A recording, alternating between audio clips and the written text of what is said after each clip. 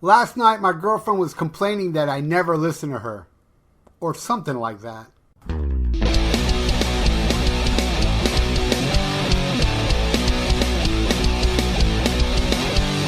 Grab a jam, I swear, this is down. It's my podcast. This guy's insane. Rock your brain. It's just a sound. A Steve Viera vault. Schmack-a-magob, another Viera vault. And this week, oh man, we're going to talk about a band that I know a lot of people that love. I know a lot of people that hate. I've gotten shit for it, and it makes me giggle like a schoolgirl when people get upset that I love Oasis. Yes, I love them. I think Noel Gallagher is a musical genius. And I have a very special guest with me this week. I know his handle. He's always leaving comments and stuff. None other than Mr. Zoonation. How you doing there, Zoonation? I'm doing good, Ralph. Thanks for having me on. I'm so excited. Great, man. You know, you left a comment saying that, hey, man, I'm a huge Oasis fan. If you ever want to do a show on Oasis, and I hit you up right away, I think. I don't know if I saw that comment late. It was quick. Oh, it was quick. Good. I saw that. I was like, oh, yeah, I've always wanted to do an Oasis show. And, I mean, and even Beady Eye, so. I do. And all the B-sides, and I want to touch upon all of that. Oh, so do I. But first, I got to ask you, how did you discover Oasis? How did they come into your radar? I remember exactly the day I discovered them. My dad took me to see the movie Jaws for the first time. They were doing like a re-release of it. Mm-hmm. And on the way home, I heard this song by Oasis. I didn't know what it was called. All I knew was were the lines, "Today is going to be the day that they're going to throw it back to you." And I wrote it down on a piece of paper because back then we didn't have Shazam, right? Then I went home, typed it in, and it was Wonderwall. Their big hit. Yeah, and I'll let you know how I feel about that when we get to it. Right on. But it blew my mind. Well, I came into Oasis around that time, but I knew of them. I wasn't really into what I heard. And it wasn't until, I heard Live Forever and Supersonic and Wonderwall and probably another one. And I was like, it didn't do anything for me. It wasn't until I heard Champagne Supernova. And I said, no, that's a good little tune. And then I looked more into it because of that song. I was like, let's see if they have other songs like that. And then I heard the very cheeserific She's Electric, and I was hooked. I was like, oh, man, I need to get this record. And I bought that. Then I bought Definitely Maybe. And I never, ever, bought an Oasis album that came out afterwards, like after the first week. Once they released an album, I was there. I had to get the new Oasis album. And I own them all. Buyer. I own them all, and I've collected a lot of singles, and we'll get into what I think of the B-side stuff. But I've just been fanatical, and I think it was like maybe 2 years ago, I went to New Orleans to see Noel Gallagher. Oh, really? Yeah. Who Built the Moon? Is that the name of the album? The Man Who Built the Moon, I think. I have it right here. Yeah. Or Who Built the Moon? Yep, you're right. Yeah, but I also saw the Be Here Now tour at the West Palm Beach. Yeah, and I saw, oh my God, which is the one with Stop Crying Your Heart Out? The Heathen Chemistry? Heathen. Oh, really? Yeah. I saw them once. What tour was that? I saw them. It was the Dig Out Your Soul tour, and it was. Do you remember when Noel Gallagher got knocked over by a fan in Toronto? That was the show. Broke his rib. No, my show was like 2 or 3 before that. Oh, okay. Yeah, I saw video footage of that. Yeah, he just went down like a ton of fucking bricks. Yeah, some idiot ran on stage and knocked him over. Yeah, crazy.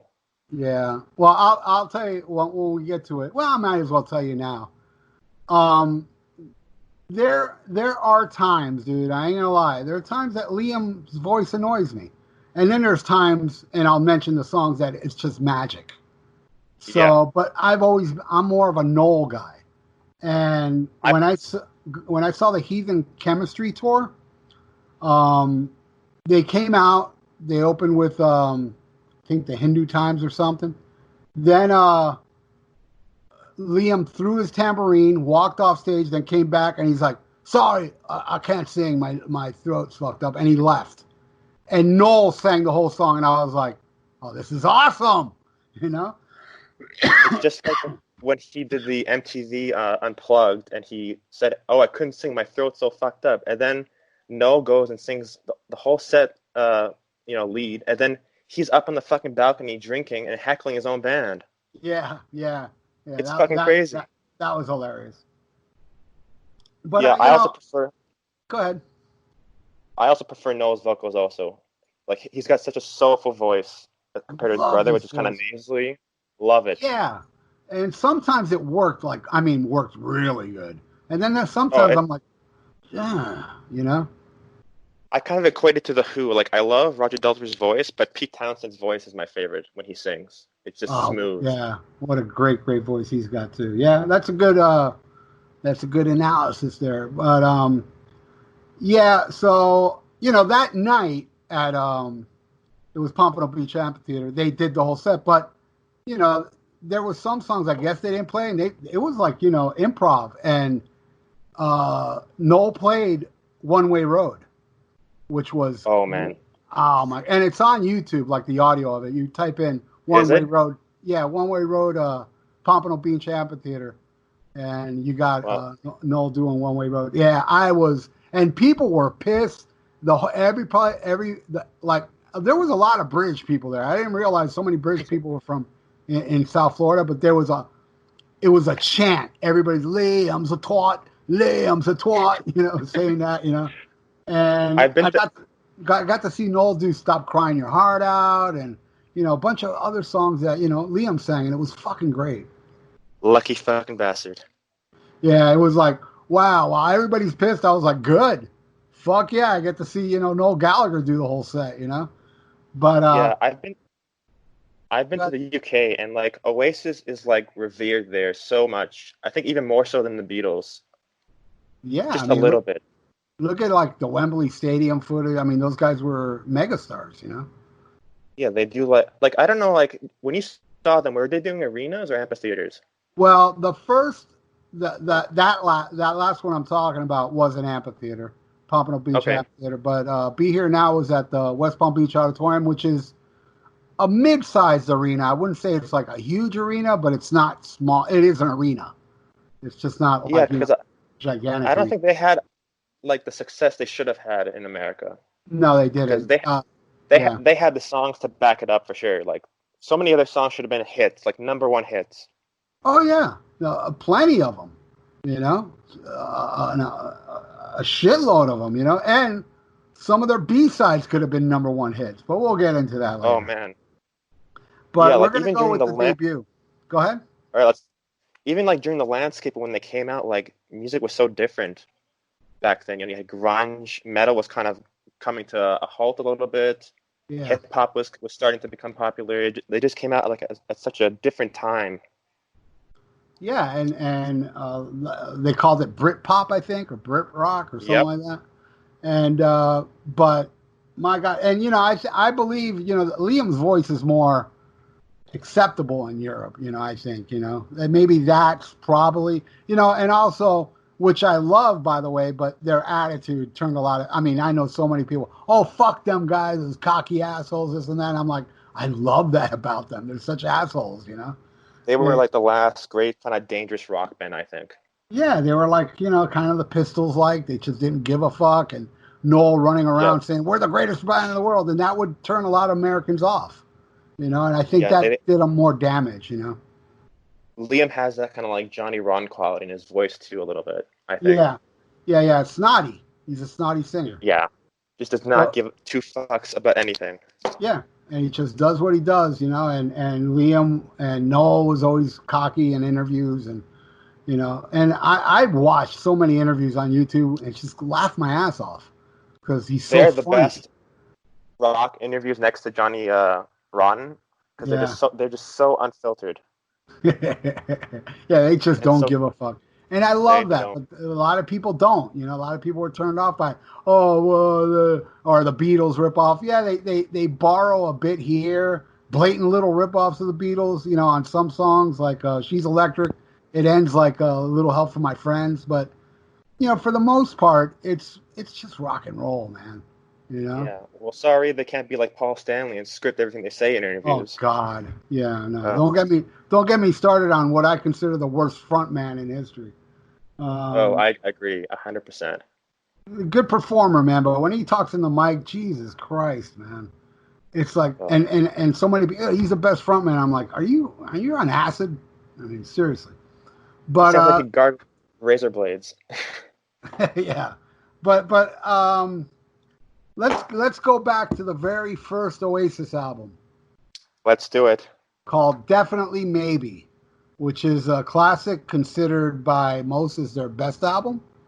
And let me punch up because just to make sure I don't miss any songs here. But yeah, it is a damn classic. But believe it or not, dude, it's the one I listen to the least. It doesn't mean I like the least because I like this more than a few other albums coming up. I wouldn't consider it one of their best though, but it is. I'm looking at it right here, 7 times platinum.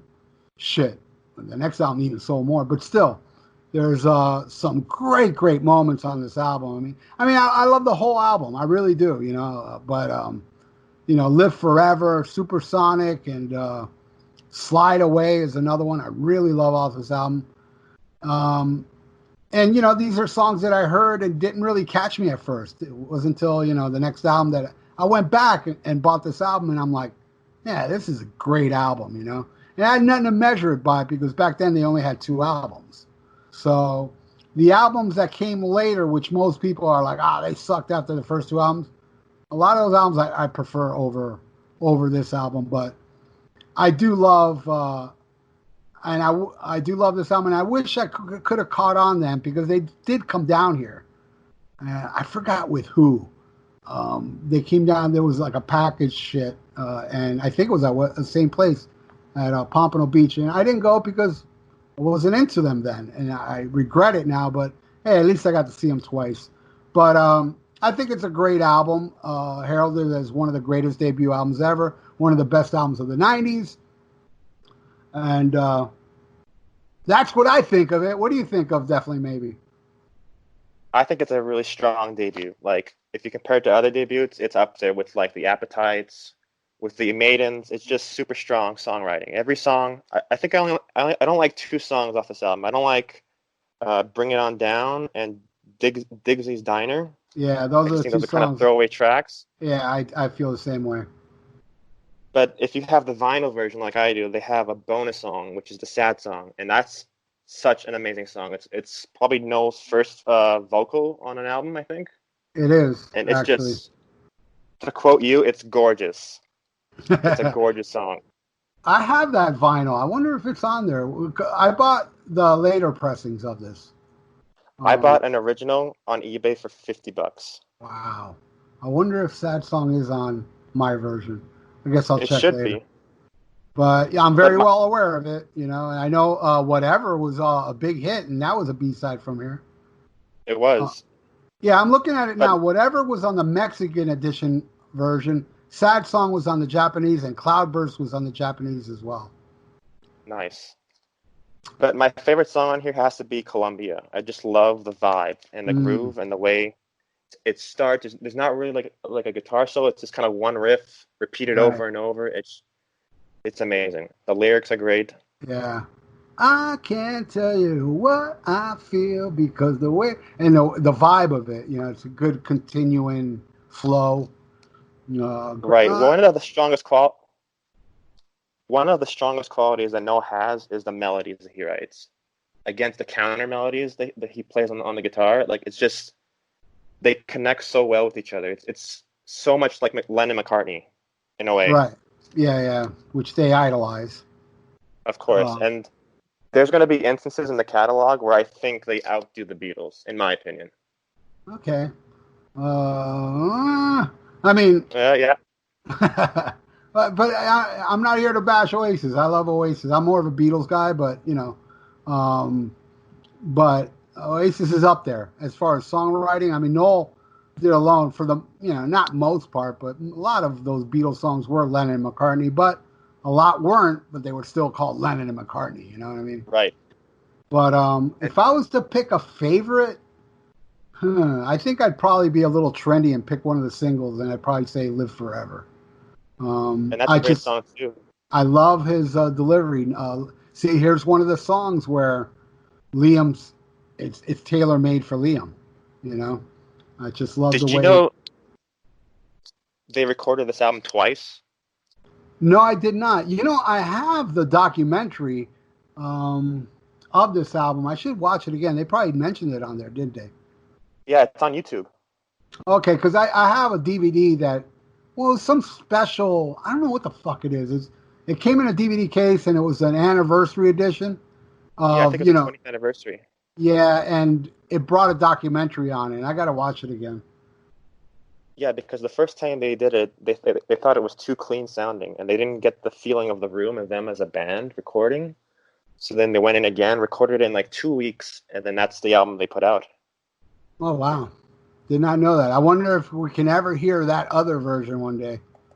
I think, do you have the deluxe versions of the first 3 albums that came out a couple years ago? No.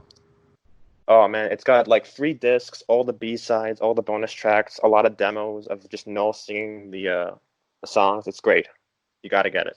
I need to get it. I have all the, but I downloaded these things because there were bootlegs back then. I have every demo for Standing on the Shoulder of Giants, where basically Noel sings all the songs. And I have a bunch of demos. There was a lot of downloading I did. Yeah, there's a lot of demos I downloaded from Oasis. And, a lot of like radio appearances and shit like that, where I hear Noel do his versions of the songs, which for the most part I prefer, One of the greatest things about them is that they have more B-sides than they do like album tracks at times. And a lot of those songs are 9 out of 10 times better than what they put on the albums. Like this one, for example, and we should say this about every album coming up. Looking at the B-sides here, I would replace Bring It On Down with Sad Song, and I'd replace Dixie Diner with Whatever. Oh yeah, 2 great. There's so many great B-sides. Like they could make double albums every time they put an album out. There's just so much material this guy was writing back in the day. And it makes me wonder, why were they B-sides? I mean, was it a situation where they already had the album done and just cut more tunes as B-sides? And then, because I'm thinking, man, some of these songs are just so amazing that I'm telling you, every album's got B-sides. I would take some songs off those albums and replace it with, some of these B-sides, I think a lot of it had to do with the fighting between the brothers, because those guys, a lot of times they just couldn't agree on what they wanted half the time, especially with songs. Because I remember Liam saying like he hated it, like things like saxophone instruments that you blew into, kind of the same like you. You don't like saxophone a lot. Yeah, I don't like any instrument you blow into. And these guys fought a lot like during their time in the band. They didn't really get along for the most part, I think, according to Noel, at least what you hear in his interviews. But there's a lot of tension in the band that kind of festers itself throughout their career, Right. Which is, they had an argument once, and I know you know this. They had an argument once that was recorded, and it made the charts in England. Oh, yeah. That's hilarious. Kind of like Iron Maiden when they recorded Mission from Airy. Mission from Right. Airy. Yeah, Love that. Yeah. All right, then we go to their biggest seller. 15, was it? Did I see 15 million albums sold or something like that? Probably. What's the Story, Morning Glory? And this is their height as far as America goes. They at this time, they were all over the radio, pissing a lot of people off, but, gaining a lot of fans. But this is when, no. And, and then people would spread rumors, them going on, we're better than the Beatles, which I've never seen them say that. But, I wouldn't doubt he said it. It's just to fuck around with people. But this album, this is a probably, and I know it's going to sound weird me saying this, but this is the album that I feel like there's not one throwaway track. Every song's good, No. but what are the B-sides? I mean, I don't know what I would replace. Trying to look, what are the B-sides on this album? Oh shit! Talk Tonight, Aqueous, Rocking Chair, Head Shrinker. Head Shrinker. God. The Master Plan. Master Plan was during this era? Yep. My God, I don't know. I'd have to take out Hey Now. I love Hey Now. Bonehead's Bank tough. Holiday, which is on, I know that's on my vinyl, but it wasn't on the CD when I bought it. No, it's like a vinyl bonus track. Yeah. I'd have to put, man, I mean, even the title track, I'll put Master Plan over Morning Glory. Now, I love Morning Glory, but like I said, there's not a throwaway song on this album. But my God, you know, make it a longer album. But boy, those are some of my favorite B-sides. And we will talk about, did you compile a top 5? You told me you wanted to do a top 5 I B-sides? did. Yeah, it was excruciating to get it down to 5, though. Oh yeah, no, same here, man. We should have did a top 10. I put all the B-sides I love anyway, but yeah. I had to pick a 5. But I want to, you know, it was like what I would like to do is like when we do our top 5, you know, we do our top 5, but also it'd be like, all right, now let's do a top 5, taking out the songs that ended up on the Master Plan. You know what I mean? Yeah. Make room for other ones because, you know, those B-sides were actually released and more well known. But those are the more popular ones. Yeah. But this is the album that I went out and bought, and, you know, putting it on and listening to Hello, opening track, I was hooked. I was right away hooked. I was like, oh man, I am digging this, you know? And I just love this fucking album. And if I was to pick a favorite, and it's a single, and I'll say it hands down, one of my favorite Oasis songs is Don't Look Back in Anger. It's a great song. I mean, this album is a masterpiece. There's not a shitty song on here. Every song is solid. Even the instrumental in between the songs, also known as a swamp song. Yeah. It's up there with Sgt. Pepper, I think. No, it's just a masterpiece. Yeah, like I said, this I'd say is probably the only Oasis album in my opinion that doesn't have a bum track on it. But I don't know if I would go as far as to say it's my favorite album by them. Even some albums that have bum tracks, I'll take over this. But maybe it's just me being countercultural. Who knows? But it's not it's not my favorite, but it's definitely their crowning jewel in the catalog, I think. Oh yeah, and most people think that. Most people think this is their last good album, which I beg to differ. I highly disagree with that statement, but we'll get into that later on. But yeah, this is just this is the first one I ever got on CD, and I put it on, and I just fell in love with it. It's an album that you can just listen to over and over, and you can't get sick of it. There's no like wear and tear on it. And, you know, it just song after song. Every song is just crafted to perfection. Again, this one is written solely by Noel too. The first 3 albums, I think, he wrote all the songs on. Right? I'm pretty sure. Yes, yeah. I think. What was it? Little James was the first time Liam wrote something. Yeah, and we'll get into that song too. But I mean, there's so many. My favorite song on here Champagne Supernova is probably the greatest song they ever recorded, and it was never even a single. Right. It was on the radio down here. Yeah, here I only heard that Champagne Supernova and Wonderwall on the radio here up in Canada. We didn't hear like a lot of other stuff. But it's like their stairway to heaven. It's just a masterpiece. Every minute is not wasted. Great way to end it, too. Great way to end the album. Yeah, and also his guitar playing on these first 2 albums are really good. Like, he doesn't get a lot of credit for his leads, I think. Right. They're very melodic, and, you know, they complement the songs.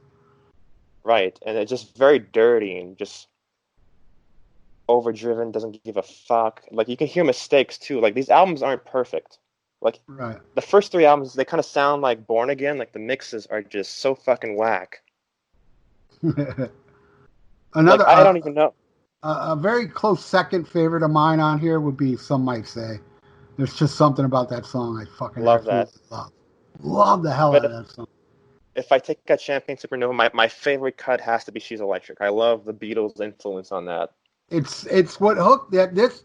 Like I said, I love Champagne Supernova, and when I looked into it and I heard She's Electric, I said, "Oh, I got to go buy this because it's such a One of the fun best little deep ditty." tracks.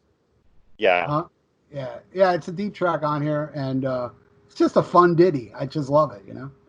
And I think Liam's vocals on here are just even better than the first album. I think he kind of learned how to sing too a little bit as he was, performing and recording in the studio. He just got better. Yeah, my favorite vocal performance on here from him is, like I said, Some Might Say. God damn, he sings Yeah. great on that. And even like Don't Look Back in Anger, it's become like an anthem now. Even after all these years with like the Manchester bombings that happened a couple years ago, it just taken on a new life. And it's one of the greatest songs that he ever sang, that he ever wrote. It's perfect. Oh, yeah. And he played it in New Orleans when I saw that Who Built the Moon tour, which was one of Yep. the encores. It was great. Yeah, I saw Yes. them on the Dig Out Your Soul tour, and he did this song, and it was probably the highlight of the show. Everyone was on their fucking feet. They were yelling, they were hollering. It was a once in a lifetime thing to see. Yeah, like when he performs it live, the whole crowd sings, So Sally Can't Wait. I mean, they yell loud in the band, Yeah, it's great. I mean, he's probably one of the best songwriters of the 90s and even of today. Like, he doesn't get any credit for his songwriting, I think, because you always hear, yeah, Lennon, McCartney, they're the greatest, but this guy is up there, I think. Yeah, no, I agree with you. I think he's a musical genius. And I'll get into that solo shit, once we get to it. But this And guy is unbelievable. this guy had so much to do. Like, he had to write the songs, he produced the records. He was pretty much the band leader. He had to keep everybody on track because his brother was pretty much just doing whatever the hell he wanted to do at that time, partying, drinking, whatever, and he was basically the ringleader of the band. Without him, you wouldn't have all this great music. No, of course, he wrote them all, man. And then we go into the cocaine-fueled next album, 1997's Be Here Now, and they were at their, they were very popular, doing mounds of cocaine. And I gotta say, man, and it's gonna sound crazy me saying this, but this may be my favorite Oasis album. Wow. I will say it is bloated. It's a very bloated album, and there's some tracks on here I can do without. But there's just something about this album that, I just absolutely love. Looking over the tracks here, it's hard to pick a favorite one. I would probably say, man, Fade In and Out is really good. That's a great song. Yeah, maybe I'll go with, I know what my favorite song is, My Big Mouth. That's my favorite song on here. I love My Big Mouth. Such a snotty killer tune. Heavy. And You Know What I Mean's awesome. I remember seeing the debut of that on MTV. I was like, oh, yeah, I got to run out and get this, Did they get a lot of MTV coverage back then? They did, but, oh, yeah, they showed Do You Know What I Mean? They showed Don't Go Away a lot on MTV and all around the world. Those videos were shown a lot. But, they made other videos that I didn't see on MTV. Like, I know they made a video for Stand By Me. I never seen that on MTV. What else? I think that's it. But I think the only video I saw was like Layla, and that was like way later. Oh, really? Okay. Yeah. Much Music didn't play it? Yeah. Oh, they played that like a couple times, but they weren't really a huge kind of video band up here in Canada. Right. Well, which is kind of... They were then here, but this was at the dawn of MTV about to like really abandon, everything that wasn't grunge or hip hop. Right. So I don't think MTV's ever played any Oasis videos after this. They may have, but I even tuned out of MTV by that point, But and they're kind of a one-hit wonder band because they only had one song that hit the charts, and that was Wonderwall. And then after that, they had no other songs that charted after that. So it's kind of weird. Yeah, it is odd. It's I don't know, man. There's just something weird about how Don't Look Back in Anger wasn't as big, if not bigger, or Champagne Supernova. Yeah. Crazy. They had all these amazing songs that weren't even singles, and they just kind of sat there. Yep. What did you think of Be Here Now? This is probably my least favorite Oasis album. I think it's a good album. It's just, again, the songs are way too. I think the average song on here is like 7 minutes long. Every song is like 7, 8, 9, 10 minutes, and you can definitely see the cocaine kind of seeping into the band, kind of like with Sabbath. But with Sabbath, when they did Cocaine, they had Volume 4, so kind of Yeah. a different kind of parallel there. But there's a couple good songs in here. I love Do You Know What I Mean? I love the intro, the helicopters, the weird ambient noises. But my favorite has to be, I think, Magic Pie. I just love the Noel vocal on that. Oh, cool. Yeah, that's a deep track on here. And I remember him saying when he did the reissue for this a couple of years ago, he wanted to remix the album to make it kind of sound less kind of, I guess, Bloated. thrashier kind of. Yeah, kind of chop up the song. But he never even released it because he thought, you know what? It is what it is. If you don't like it, don't listen to it. And I I don't like it when people remix albums. I just like what they put out because that's what they put out. That's what they thought was good. I feel the same way, and I also feel the same way when they re-release albums and add bonus tracks. I hate that. Right. I'm like, just put the bonus tracks on a different disc. Don't ruin an album for me. Right. I mean, it's a good album. Like, if someone else did this album, it would probably be their best album. But compared to what they released after this, it doesn't really hold a candle, in my opinion. I love the song I really dislike on here is the longest one. No, it's not the longest one. It's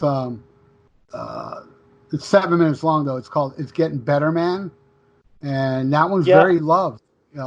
It was played live when I saw this tour, but I don't know. I never could get into that one. I'm not a fan of "Don't Go Away." I just think it's kind of sappy. Okay, yeah, I dig that one.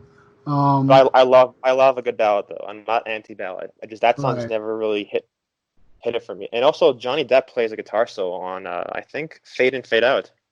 No shit, I did not know that. Yeah, before he tried to shoehorn himself into Aerosmith, he actually played a couple songs with Oasis. Damn, that is a surprise. I did not know that, and that's one of my favorite tracks on here. I love it. Song. Yeah, it's like the epic track on here. And I like those throwaway tunes. I Hope I Think I Know, The Girl in the Dirty Shirt. I love those songs. I really do. Yeah. Yeah, I'm overlooking this album now. And I said, it's like maybe my favorite album. Now I overlook it. It's like, wow, man, there's only one song on here I really don't like, and It's Getting Better, Man. That's it. I remember when I used to collect used CDs, I'd go to the record store, and they would have so many copies of this. Yeah, it was. I think it bombed. I think like there was a story that like within 2 years it was like one of the most returned used CDs in the world, like millions of copies. Kind of like similar to like the Kiss solo albums. They shipped platinum and they went back double platinum. Right. And there was a huge buzz about this album too. Everybody was like going crazy, waiting for this, and yeah, it seemed to disappoint most people. I freaking love it. I love this album. It's bloated. It's great. I mean, it is bloated. I know it. All Around the World is one of their first songs. I remember that's one thing I remember from the Definitely Here documentary. They showed footage of them rehearsing before the first album came out, and they were playing All Around the World. This is a song that goes way back. On the cover, they actually had to like take a Rolls Royce and put it like in the pool. Like that's not a Photoshop photo. That's awesome. And I love that album cover too. The debauchery and it shows it shows exactly where they were at the time. They were huge and destructive. Yeah, those first 3 album covers are really cool. Like they're just very surreal looking. I love the logo of the Oasis. They kind of kept that throughout their career. They didn't really change it too often. Right. It's just kind of cool, simple, black and white. Yeah, with the square. And I see here the demos All Around the World. Yeah, I definitely I'd take It's Getting Better, Man, and put All Around the World. That's one of my favorite ballads. Which, again, that's another song he played live in New Orleans, his solo band. He did All Around the World. No, I mean, I'm sorry, not All Around the World. I'm looking here. I got it wrong. It says All Around the World demo. I'm talking about Half the World Away.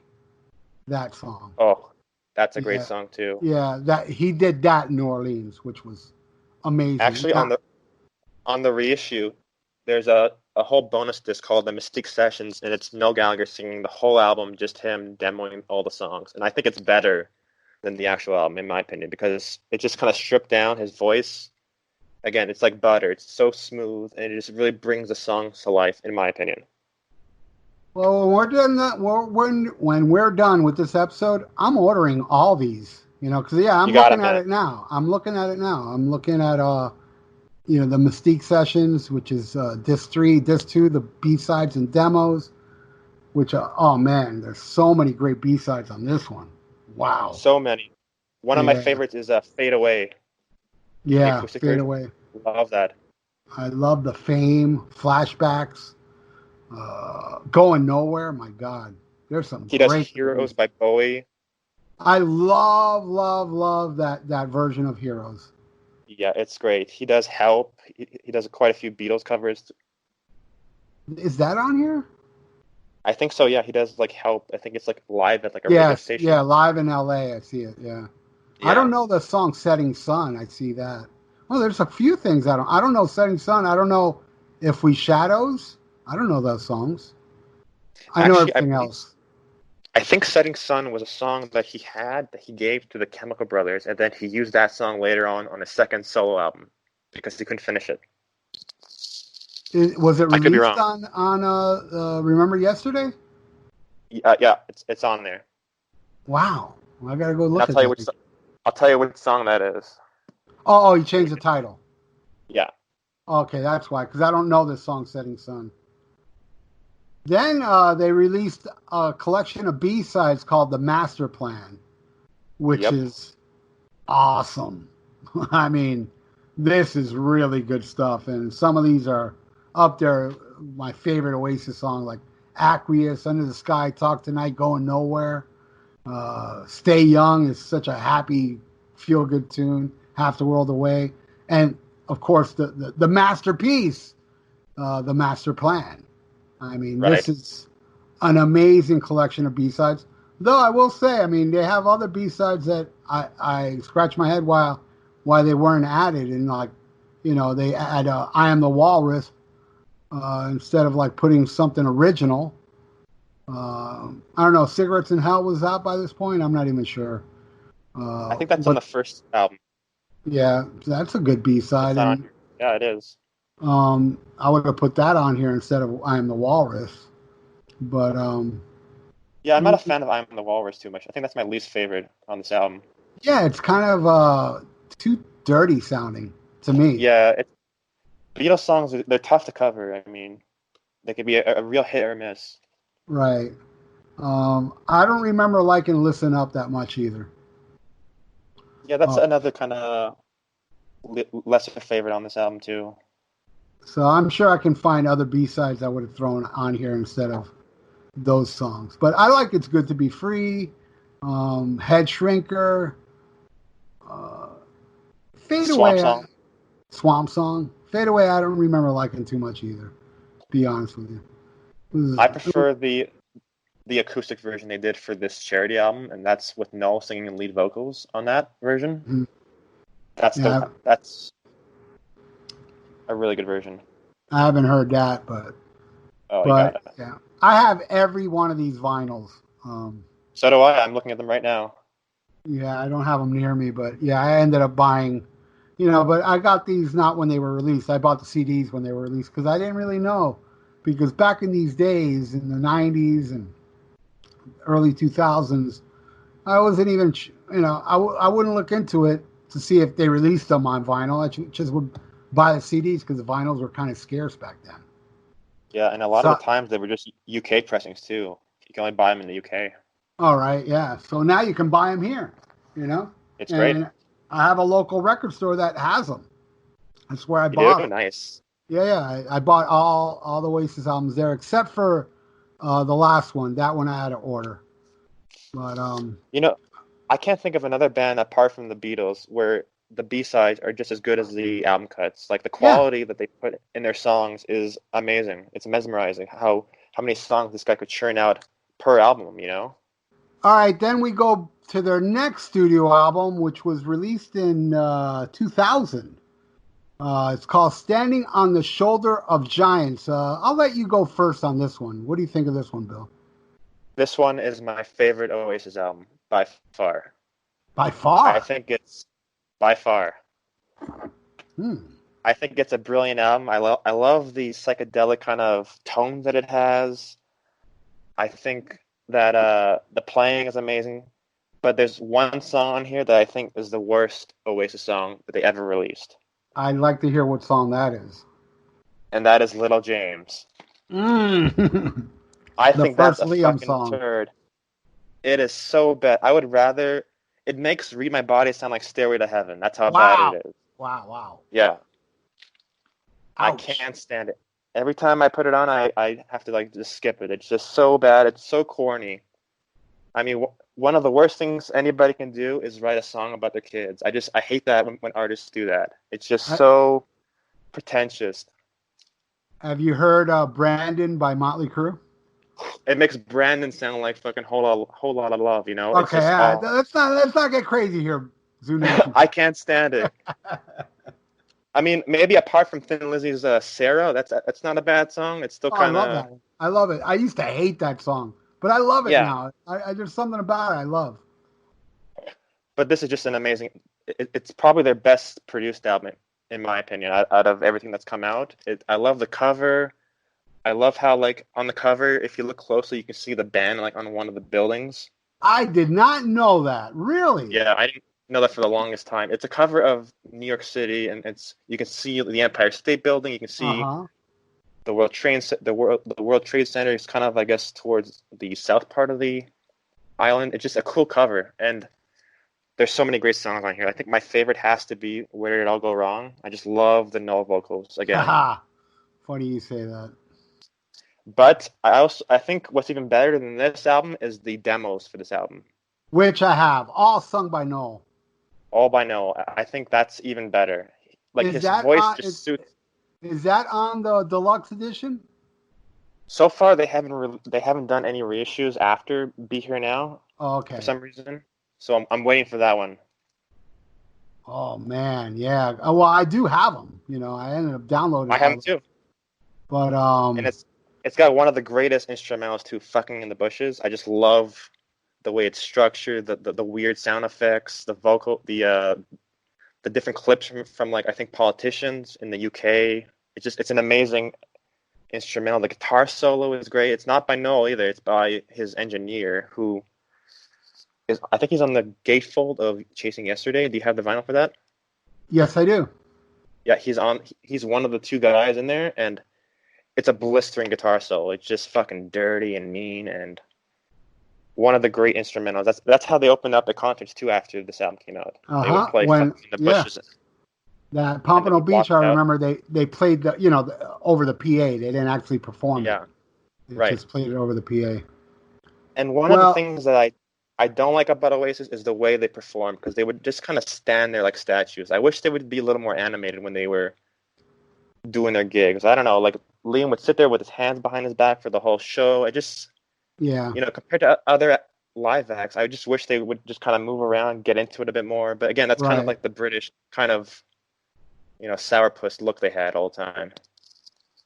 That was like, because I never saw don't recall seeing live footage of Oasis back then, but when I saw the Be Here Now tour, I went with my friend Heidi, and we would laugh every time Liam would put his hands behind his back. He's like, dude, he keeps doing that. And it's like, then when he wouldn't do it, he'd like shake his tambourine, and then once he would do it, we just laughed throughout the whole show going, dude, what's up with that guy, man? He can't sing without his hands behind his back. And they wore like the worst clothes, like the parkas and the baggy shirts. Like, they just looked fucking awful. And it would set fashion trends in England. They would, yeah. Their haircuts, the way they jogging clothes and stuff like that. Yeah, again, very parallel to the Beatles again. Right. Like, they changed fashion, they influenced music, they did it all like the Beatles. Yep. Well, what do I think of this album? It's fucking genius, and I will put it over Definitely Maybe. Same. One of my, I gotta say, dude, Where Did It All Go Wrong may be my favorite Oasis song. Which version? The demo or the studio? The demos are the piano, right? The demo has like a drum loop, I think. There might be two different versions of the demos, but the one I love is the drum loop one. It's kind of like. I don't remember. I don't recall. I love the studio version though. I just love it. So do I. And but it's such a 1-2 punch because I don't know, man. I really love Sunday Morning Call too. That's another one. I hate that song so much. I love it so much. It's missing a melody. I don't know. It's not quite there yet. Dude, I just love it. Did you ever see that video where they perform it with candles? Yep. And it's all acoustic. I love it, man. Yep. I can't tell you which version I like more. You know who also hates Sunday Morning Call is Noel. Yeah, I don't know. Like, I think like he didn't. It seems unfinished. Like, I just don't think he put a lot of effort into the song compared to the other stuff that's on this album. Like Gas Panic. Like that's great. Album. That's great. Yeah, that's like In and Out from the last album. Kind of like the same thing. The epic tune on here. Go Let It Out. That's another great opening track too, with the drum beat and the way it all comes in. It just. Definitely my top 5 Go Let It Out of Oasis songs. But I'll tell you the songs I don't like on here. Okay. I don't like Put Your Money Where Your Mouth Is. It's just something about that. I don't like it. I agree with you on Little James. And I don't like I Can See a Liar. Love that song too. That's also one of my favorites. I think with Liam. No, not Roll It Over. Was it Let's All Make Believe came out later though, right? That's a B-side, yeah. But it came out on an album later, didn't it? Or maybe I'm thinking of something else. You're thinking of Revolution Song. Yeah, which is on one of the Noel albums. Yep. Right. But I do love this album. Like I said, there's a couple songs I don't like off it. I love Let's All Make Believe. Yeah, it's not a perfect album, but it's my favorite. It's the one I go to the most when I want to put on an Oasis album. And like I listen to it over and over. Yeah, it is great. I'm not slamming it at all, but it's cool to see that it'd be your favorite. I never heard anybody point to that one as their favorite, but yep, it is. And I'm not bashing Liam. Like Liam, like after this, writes some of the best Oasis songs in my opinion. Later on, like I just think it's just a weak track on this sound, but later on he writes some amazing tunes. So I'm not bashing Liam just because I don't like this song, but later on he's got so many great songs that we'll get into. Right. The next one I don't own. It's Familiar to Millions. I own the DVD. That's why I didn't go out and buy the CD. I have the CD and I've seen the show, and I think for me that's kind of a weak live album. I think they could have chosen better ones, like live at Nieborth. I think in '97 or '98. I think that's a way better kind of representation of what the band was and is. I just think what year was that? What tour was that? Remember the documentary Supersonic that they did a couple years ago? Yeah, I have that. Yeah. Yeah, the live show at the end of that's Niebuhr. That's like one of the biggest shows they ever played in their career. I think it was like maybe 1 million people were there. Right. And there's bootlegs of that kind of on the internet of like soundboards of that show, and it's fucking amazing. It's probably one of the greatest live recordings that I've ever heard. Up there with like Live at Leeds, Unleashed in the East. It's just pure fire. It's a band working on all cylinders. And I think this one, you could hear Liam's voice is kind of tiresome. It's not really strong. He's kind of weak in certain spots. But it's okay. It's not an album I go back to a lot. I don't know about you. But there's some good cuts on here too. They do Gas Panic. They do a killer Helter Skelter. They do Neil Young. There's a lot of good cuts, but it just kind of misses the mark for me. A song I forgot to mention off the last one that I really like, very psychedelic, was Who Feels Love. You like that one? Love it. It's so trippy. And the video's cool, too. It's probably their most experimental album that they ever did in Oasis, because there's like a lot of loops and a lot of samples that they use on the album that they don't really go back to after this. Right. But yeah, that's... Okay, I don't own Familiar to Millions, though. I do have the DVD, and I don't know if the DVD has anything different or the album has something different than the DVD. but it's It's not probably something I overdone. revisit much. Yeah, me neither. I mean, I love owning it. Like I have to. I'm kind of a completist like you are. I have to own everything that they put out and Right. just let it sit on a shelf and fucking collect dust. Yeah. But yeah, it's not bad. I mean, they also released another live album. Like I think when they did the box set called Time Flies, they had a live album of them at some sort of iTunes festival, and that's way better than this album, in my opinion. Right. Okay. Now I gotta say this. All right. Um, the next album was definitely a grower, and actually, no, where did it all go wrong? Is not my favorite. Now I'm seeing the track list. My favorite songs on this album, and I'll tell you what it is when we get into it. But Heathen Of all, Chemistry was an album that when I first bought, I didn't hate it. I just didn't think it was as strong as the other ones. But just as recent as, I'm not lying, maybe like 3 weeks ago, I went to go put on the album. I said, I haven't heard this in a while. And I grabbed the vinyl to put it on, and I never listened to it. I mean, I've had it on CD. It was still sealed. I was like, what the hell? I bought this, I never even opened it, So I put it on, and oh my God, this shit is way better than I remembered. yeah, And there's like probably all in my mind. I never realized how great that song was. I was like, wow, listening to that song, I was like, man, this is a really cool song. But my all-time favorite Oasis song is on here, and that would be Little by Little. Do you like that song? Little by Little and She Is Love are my two are tied for the best songs on this album. Yeah, She Is Love is the because I remember buying this on CD at Best Buy, and I put it in Yeah, my car on the ride home. And She Is Love is the one that grabbed me more than any song on this album on first listen. right. But Little by Little, as time went by, I was like, my God, this song is the best Oasis song, It's a according to me. masterpiece, and he did Now, it. go ahead.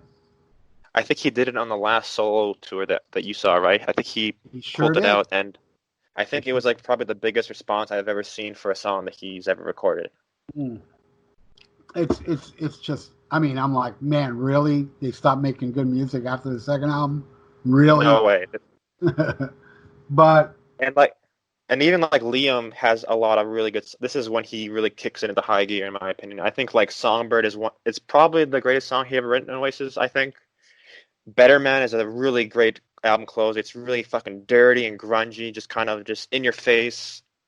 What else did he write? He wrote, yeah, probably All in My Mind. Or that's Noel. Sorry, Born on a Different Cloud is kind of like a John Lennon kind of mm-hmm. eerie, kind of psychedelic kind of song. He really hits it out of the park on this one. Well, I gotta say, like when I was saying earlier, sometimes Liam's voice annoys me.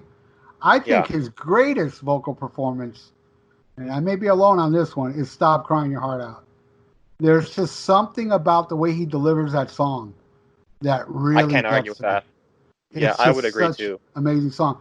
Now, I'll ask you, did you ever see, I don't know if it's on my channel or not, but I did a song, an acoustic song. I played an acoustic song called, oh, was it, I think, Posers and Hipsters. Did you ever see that video I did?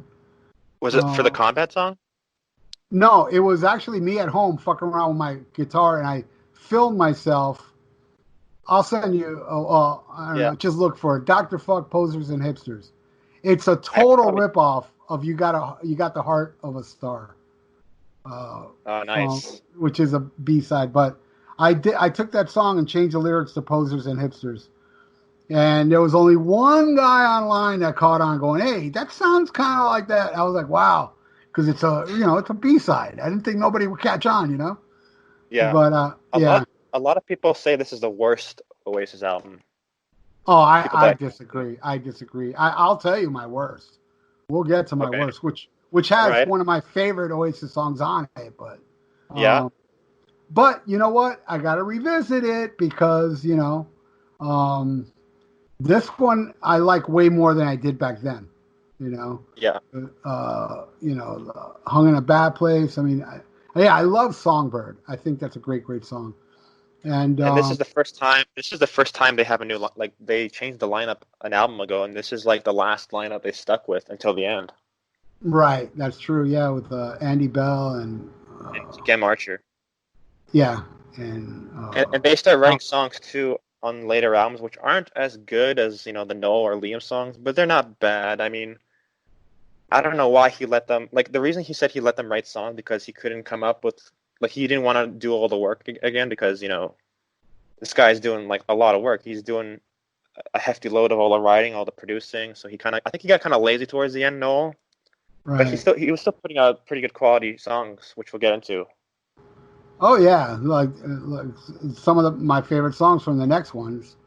Now here's the one. Yeah, this will be my least favorite. Is the next one. Well, I don't know, man. Maybe not. Maybe I'm thinking of another album too coming up. But the next album's called "Don't Believe the Truth" that was released in 2005. What did you think of this one? This was the first album that I bought that was brand new by them, and I was so excited because when I heard Layla, I fell in love with that song. It's so catchy, it's so anthemic, and I loved it. I loved the video, I loved the whole vibe of it, and I bought this album. This is also one of my favorite Oasis albums, probably top 3, maybe 4, 5. I don't know. It's up there though. I Okay. love every song. I don't like the first 2 songs too much. I think they're kind of weak. I don't think they're really good openers. Like Turn Up the Sun, I think it's kind of a weak opener. Mucky Fingers just kind of drags along a bit, but then you have like Love Is Like a Bomb. I think The Importance of Being Idle. That's probably my favorite on here. Another Noel vocal, kind of just this laid back kind of acoustic kind of diddly that he does. Great video too, by the way. And then Liam has like a lot of strong songs. He's got Guess God Thinks I'm Able, The Meaning of Soul, Part of the Queue. And then the last track, Let There Be Love.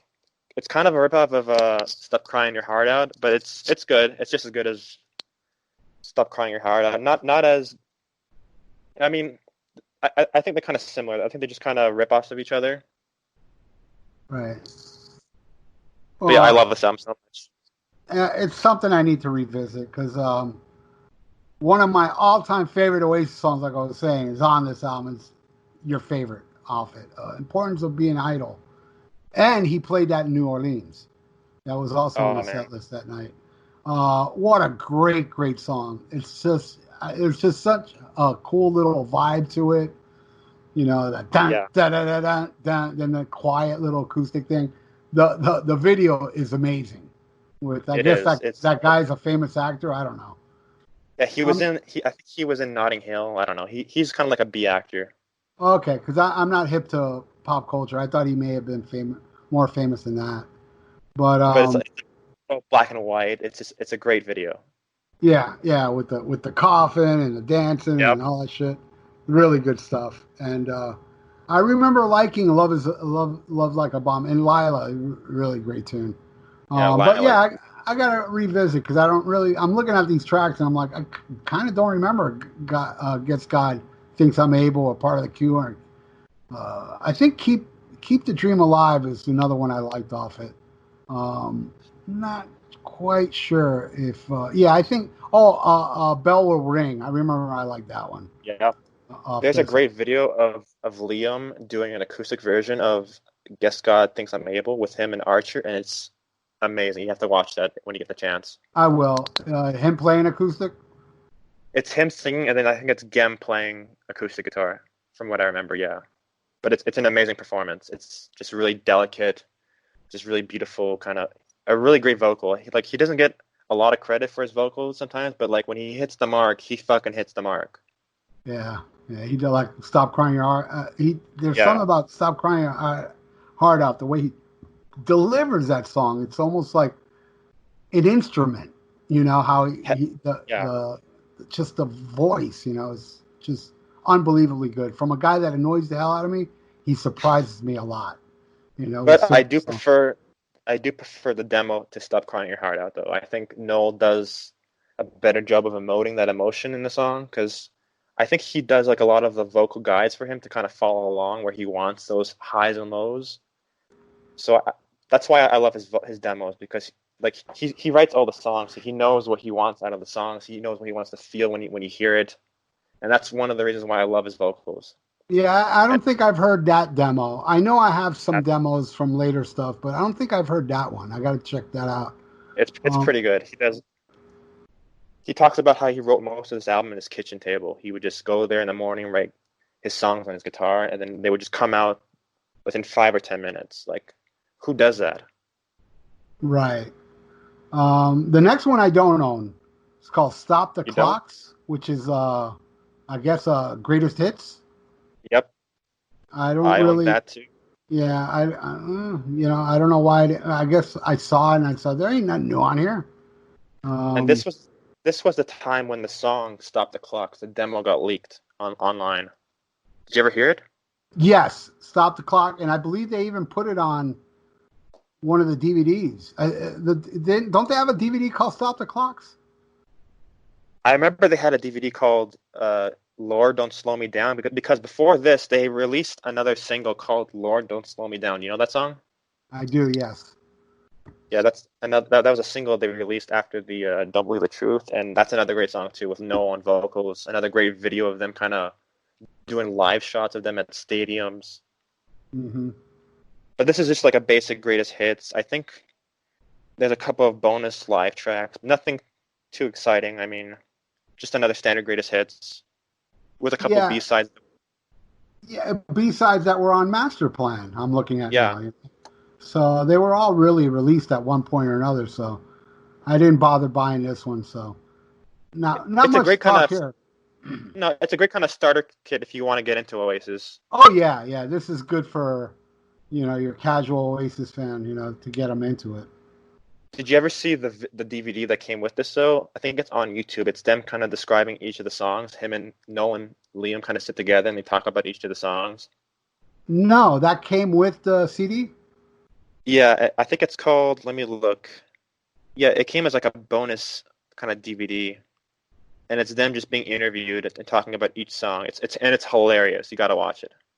Yeah, I think I'm trying to think like shit. I have it in my bedroom.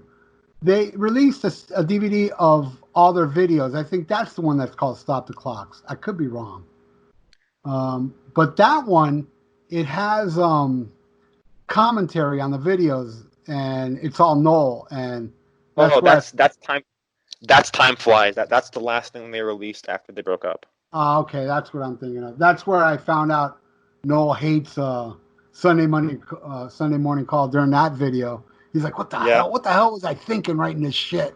I'm like, "Fuck, man, yeah. I love that song." I love those clips. They're on YouTube too. Yeah. All right, now we're going to the last one. The last. 2008, Dig Out Your Soul.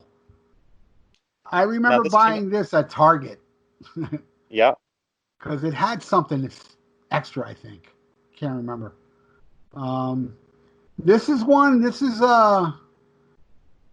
I don't know, listen to this album, man. I kind of see like, it has great moments, but it also kind of, I see the cracks in Yep. this Of course. album where it's kind of like, not as strong as the other ones. Like this one and Don't Believe the Truth is the two I need to go revisit more. But looking at it now, like the track listing, the Shock of Lightning I loved. Great I'm single. at, Very I'm, Whoish. yeah, I'm Out of Time where they add John Lennon's voice at the end. Yep. Um, my favorite track off here is Falling Down.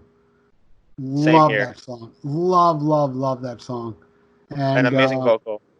great vocals. Again, Noel. And but I'm looking at these other tracks. I don't remember like, To Be Where There's Life, Ain't Got Nothing. Like Soldier On, I kind of remember was kind of plotting, if I recall correctly. The way the album ends, it kind of ends on a thud. What did you think of this album? I love this album. I think it's a really strong kind of final effort that they put out. Also, when they started recording this album, they were going to record at Abbey Road, but they got banned because when they did Be Here Now, they were just like fucking party animals. And then I remember Noel saying they had to put up the money. He put up the money himself to Abbey Road to go and record in there. So, I mean, it's an amazing album, I think. I think there's a couple of weak tracks, like you said, like Ain't Got Nothing, The Nature of Reality. I do like Soldier On. I like the groove of it. I think it's a really kind of cool kind of closer to the album. It does kind of drag on a little bit too long. But yeah, I agree. Falling Down it might be the best single they ever put out. I don't know. But the vocal, the vibe, I love how in between some of the tracks you can hear the sand, you can hear the pebbles of people walking like on the beach, which he kind of Yeah. uses later on his first solo album. And I think one of the songs, I think it's Waiting for the Rapture, he kind of rips off the Doors. It sounds like 5-1. Yeah, the beginning. Dun, dun, dun. Yeah, you're right. Now, I And remember that too. he does it. He does that again on I think Force of Nature on Heathen Chemistry. It sounds like I think it might be the Doors again too. Like there's a couple songs where he kind of rips off the riff, but yeah, Right. this one sounds exactly like 5-1. But this is a good album. I mean, it's not one of my favorites. It's probably towards the bottom of the catalog, but it's still good. I mean, it's worth going back to revisit. And there's a lot of great B-sides to this too. If you've heard some of them, like I Believe in All, The Turning, or yeah, I Believe in All. And there's one more. I'm looking at them now. There's Lord Don't Slow Me Down, The Turning, Boy with the Yeah. Blues, Chemical Brothers mix of Falling Down, I Believe in Well, All, to Be Where these There's swollen, Life. these swollen hand blues.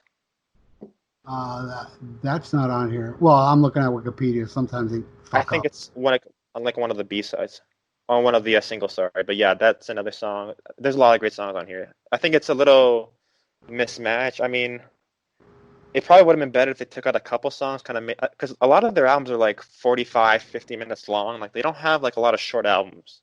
Right. Like the first three are like well over an hour long, but yeah, this is the last. I didn't know it was the last album when it came out. Like it was a pretty big shock when they broke up. Yeah. Yeah. Yeah. Like I said, I ran out and bought this when it was brand new. Everything has Same. been released, and but there's always those tracks on that album, on those albums that I revisit a lot without revisiting the actual album. This Right. is definitely one of them that I need to look back. All right, we're done, but now we're going to go into the B sides. All right. And oh man, so we got a top five. You told me to do a top five. Yep. What I would like to do is name my five, but then name another five with taking out the master plan tracks. But I'll let you go first. What's your top five? Okay. So number 5 is Fade Away, but with Noel singing the vocals. There's like a version that he did for like a charity album. It's him, it's Johnny Depp, and a couple other guys, and it blows away the Liam version. I love it. I love the whole vibe. Number 4 for me is Halfway Around the World. Again, another Vol Knuckle. And I think it was the theme song to a TV show in the UK, and that's why it became kind of so revered by the fans. Again, it's just another kind of great kind of acoustic diddly, very kind of mellow. So then number 3 for me is Let's All Make Believe from Standing on the Shoulder of Giants. But I prefer the Noel demo to the Liam one. Again, kind of like an ethereal kind of psychedelic kind of song. It's another great vocal by Liam and Noel, depending on which version you like. Then number 2 is Talk Tonight. I just love the whole kind of eerie quality to it. The vocals, again, amazing. The guitar playing. I think he said he wrote this song in like 5 minutes, which is fucking crazy. Yeah. Another great song. And then for me, the best B-side that he ever released is The Master Plan.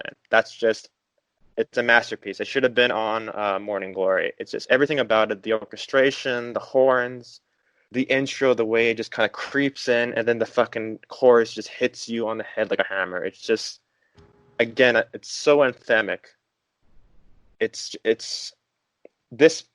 song is probably as close to the Beatles that he ever got, and I think it's as good as any Beatles song that I've ever heard.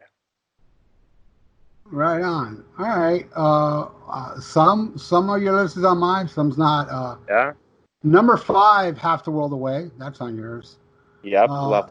Great song. Number 4, Talk Tonight. Yep. Number 3, Aqueous. That was like teetering to entering my list. Yeah. Number 2, Not this one's very deep, even for a B-side. I absolutely love Idler's Dream. You know that one? Wow. Yeah, that's from Don't Believe the Truth, I think, or Heathen. Beautiful song, so Great gorgeous. song. Another Noel And vocal. and my favorite is your favorite, The Master Plan. But I if can't I believe was, they left it off the album. Like yeah, it's it so makes no sacrilegious. sense. It makes no sense to me. Um, but I mean, I gotta get like what ended up on Master Plan. Man, I love Going Nowhere. I love Yeah, Stay Young. Underneath the Sky is really good. Um, Rockin' Chair I digged, but but here's this. If I was to take out those songs, let me take them out here so I don't confuse myself. All right. I it's would like say, go ahead.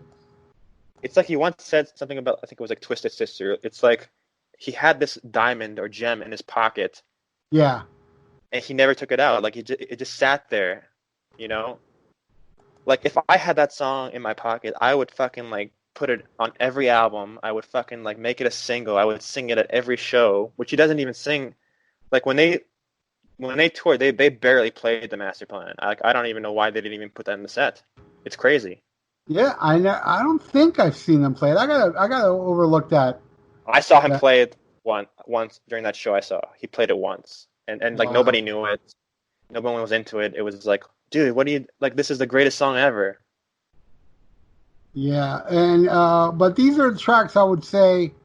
Well, fuck. I ain't gonna do no top five. I'm just gonna say these are phenomenal B sides according to me. Yeah. One Way Road. Absolutely Oh, love that song. amazing. You've got The Heart of a Star. I really Great love song too. the Fame. Is so awesome. And Love Fame. Flashbacks. I think they bleed into each other. Yeah. Uh, Great song. Let's All Make Believe, which I believe came out on an official album, right? That was a B-side to the Standing album. Okay. Cigarettes in Hell. It's Just Getting Older. Yep. You want to be a spaceman. My sister lover. Carry Us All. Take Me Away. It's Good to Be Free. I mean, God, so many great B sides.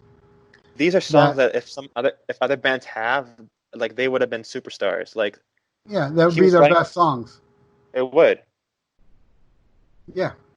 All Like right. So if go ahead. if Molly Crew wrote any of these songs, like they would just be catastrophic, like to the stratosphere. Like Yeah. it's just so mesmerizing how much great stuff they have that they didn't really release, that just kind of sat there. Yeah, and like you said earlier, man, that version of Heroes is so good. Such a great Yeah, cover. it's great. All right, let's go into Noel's solo career, which All right, could I start it go, off? yeah, go ahead with the first album, the High Flying Birds.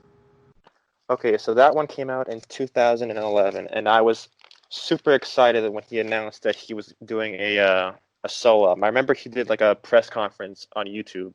It was a couple months before. He was saying that he was going to release two albums. The first one was the self-titled one, and the second one was like his Pink Floyd kind of like psychedelic album that never came out because Oh apparently wow. he thought it sucked. Yeah, but only three tracks from that made it onto like officially released albums. Two of them were on Chasing Yesterday, and then one of them is on the single for, I think it's Dream On, and it's a song called Shoot Me, or what's it called? Shoot a Hole in the Sun. You know that song? No, I'm overlooking it now. It's a limited edition tour edition. It came out on that. Yeah, Shoot I the bought hole.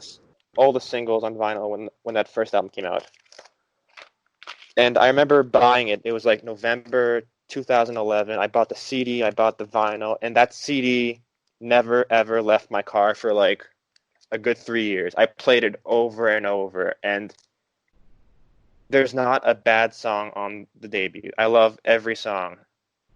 It's just, and it's so different from Oasis. You can kind of see, like, I think one of the reasons why he left Oasis was because he was fed up with what they were doing. They just kept doing kind of the same thing over and over, and he wanted to explore. He wanted to do different instrumentation. He just wanted to do something different, and you can hear a lot of that in this album. You hear like saxophone, you hear mellotron and different keyboards, just different kind of style of songwriting that he didn't really do. Like The Death of You and Me has like a lot of saxophone, a lot of horns, and it's a strong effort. It's probably one of my top 10 favorite albums of all time. Wow. Yeah. I love it. This album. Yeah, I love this album too. Everybody's on the Run. Great opener. Great. I love Dream On. That's such a great song. Yep. If I had a gun, I hear Oasis in that tune. That hooky shit, heard, you know. Oh yeah, definitely, yeah. The Death of Me reminds me of Importance of Being Idle somewhat. It's got You know that what? vibe. It does, now that you mention it. I never thought of it though. Yeah, What a Life is awesome on that song. AKA What a Life. And then Stop the Clocks. He puts that on the album finally. Stop the Clocks is awesome. Yeah, no, I agree. I like, even the horns don't bother me on this album. I think it's his best solo album, actually, the first one. I love it. I don't think it's his best though, but we'll get to that really in a sec. Wow, yeah. I'd be surprised if it's not the next one then. Chasing Yesterday. All right, what do you think of Chasing Yesterday? I want to find out. Well, one more thing. He also released a lot of B-sides for the first album, and one of the best songs that he ever did solo was a song called "Let the Lord Shine a Light on Me." Do you know that one? Nope. I gotta look into these. Oh, it sounds like The Great Gig in the Sky. It's got this Pink Floyd kind of vibe. It's so amazing. It's probably the best thing he's ever recorded solo-wise, in my opinion. Wow. It's amazing. You have to listen to it. Yeah, no, I will. I will look it up for sure. The next one, Chasing Yesterday. So this is going to be kind of a shock, but this is the best album Noel Gallagher has ever put out. Whoa. Wow. Yeah. Better than the first two Oasis albums. I love this album so much. I was so excited when it came out. I remember the single In the Heat of the Moment. I fell in love with it. I love the kind of alternate rock kind of vibe he has on this album. There's one song I don't like on this album, and that's The Girl with the X-Ray Eyes. I think it's kind of a weak track. I think he could have put on like another B-side to this album that would have made this album even better. But even with that, I think it's the best thing he's ever done. Interesting. Like, I do love it, but go ahead. I love the direction he takes. Like with songs like The Dying of the Light, The Right Stuff has to be my favorite track on here. It's so like Pink Floyd, so kind of psychedelic with the saxophone solos, and I think The Right Stuff and Lock All the Doors, that's two of the songs that he was going to release on that album that I mentioned before, the psychedelic album that never got released.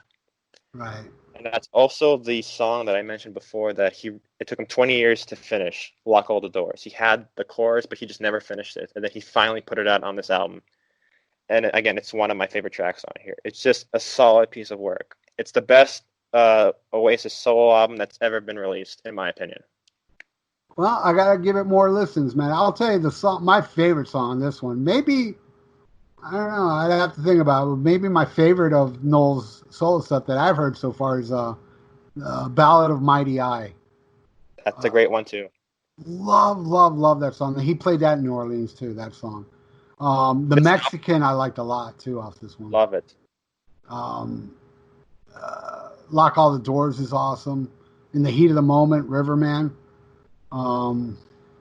Yeah, I got, I know all these songs, like, We Can't Go Back and The Girl with X-Ray Eyes, and The Right Stuff is another one he played live too in New Orleans. But I need those to sink in more. I'm just saying, like in my brain right now, Riverman, Heat of the Moment, and the Ballad of Mighty Eye are the ones that stick out to me. And sometimes it takes a while for songs to sink in. Like it could take years, and that's okay. Like that's why music is great. You can just go back and revisit it, and sometimes it hits you at a time you didn't expect it. Yeah, some of my favorite albums were like I hated Van Halen's Fair Warning first time I heard it. Like, what the hell is this garbage? It's like it's fucking. I listened to that album. I was like, man, the only good song on here is Hear About It Later. And now it's like, dude, there's not a bad song on that album. What the fuck was I thinking? You're like, what the hell is One Foot at the Door? Like, what's that? Yeah, what is this? And now I love it, Yeah, but it just takes time. Yeah, it does. But then Noel takes a sharp turn and just abandons his songwriting style and goes more. How would you describe the next album? I'd say he definitely dives more into the psychedelic kind of aspect of his music. It's definitely not as conventional as the stuff he's written before. It's definitely the furthest thing away from Oasis that he's done so far. Right. I feel like a lot of this, like he said, like a lot of the stuff that he wrote in the studio. He didn't come in with songs prepared. He came in the studio and wrote a lot of them like on the spot. And you can kind of hear that on this album. Like there's a lot of kind of mismatch between, the choruses aren't really strong on these albums. I think the way he approached it was kind of, I don't know, kind of wishy-washy in a way. I think if he had put more effort into sitting down and really crafting the songs, I think it would have been a better album.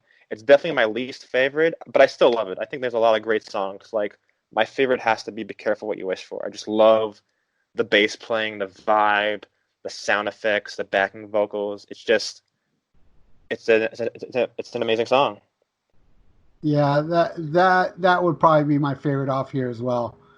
Be Careful What You Wish For. This is an album that I've listened to quite a bit, especially before I went to New Orleans to see him live. I wanted it to sink in, and it's not an album that how can I say, like the song titles don't stick to my brain. It's just like one long piece of music, and it's very classic. I knew it was different. It wasn't the Noel Gallagher, that I appreciated and stuff like that. But, at first listen, I was kind of like, I don't know, man. But, it's Noel Gallagher. He knows more than I do. So I kept listening to it. I listened to it over and over and over again. And again, to me, this album was more like one long piece of music that the songs don't really, because like you were saying, it doesn't have catchy choruses. So therefore, how are you going to remember these titles? They don't gel very well together. Yeah, it's kind of all over the place. Almost like some of it kind of has like a dance feel, like dance music feel. And this is the time where he had that lady with the scissors on stage with him too, right? Yeah, she was there. He got playing the scissors. He got so much shit from his brother. He got so much shit from the fans for that. I believe she didn't play on the record though. No, she does backing vocals for "Be Careful What You Wish For." I forget her name. She's like a French singer, but she's on the album though.